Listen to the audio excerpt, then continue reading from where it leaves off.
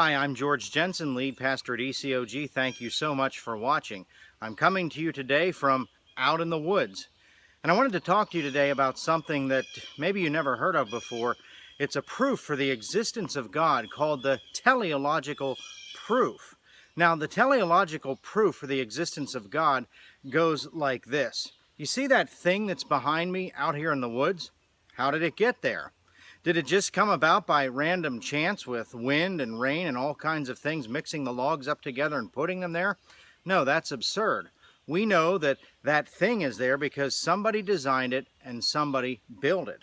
Therefore, as we look at the world and the universe around us and see the amazing design in it, we know that that design implies a designer.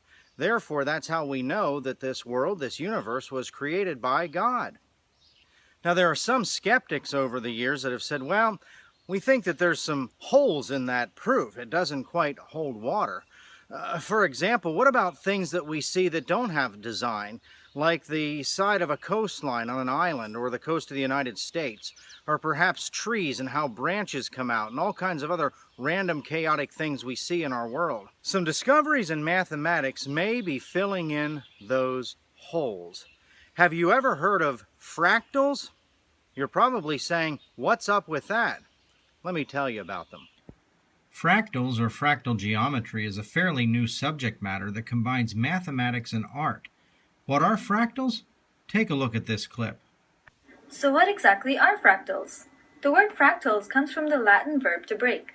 Fractals are geometric patterns in which every smaller part of the structure is similar to the whole. You've probably seen tons of fractals in nature, but you just did not know that they are fractals. One example is the fern in this image. Here's what a whole fern looks like. Now if we zoom into one leaf, look, it looks like the whole fern. Now let's zoom in even more, and look at this, it looks like the fern again. Some flowers are also fractal. At first sight, if we see this bunch of flowers, we can see that the bunch is made up of many small flowers. But actually, if you look closer, each of the small flowers is made up of even smaller portions. Just the same way that each portion makes up the small flowers, each small flower also makes up the whole bunch. So each of these smaller portions is in fact similar to each of the flowers and even to the bunch. This is also an example of a fractal pattern. What makes fractals fascinating is that they offer almost unlimited ways of mathematically describing the patterns of many natural forms, such as coastlines, mountains, or parts of living organisms. These mathematical patterns are far beyond the scope of what we can cover here on What's Up With That. In summary, fractals show us that mathematical patterns can be found in numerous objects in nature that were once thought to be random. In other words, now more than ever, there is mathematical proof that what we see in nature was by design, and design implies a designer, giving further proof for the existence of God.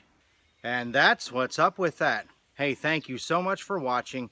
We invite you to join us at ECOG, where we make it our purpose to be guiding people to salvation and preparing people to face the storms of life. Be blessed.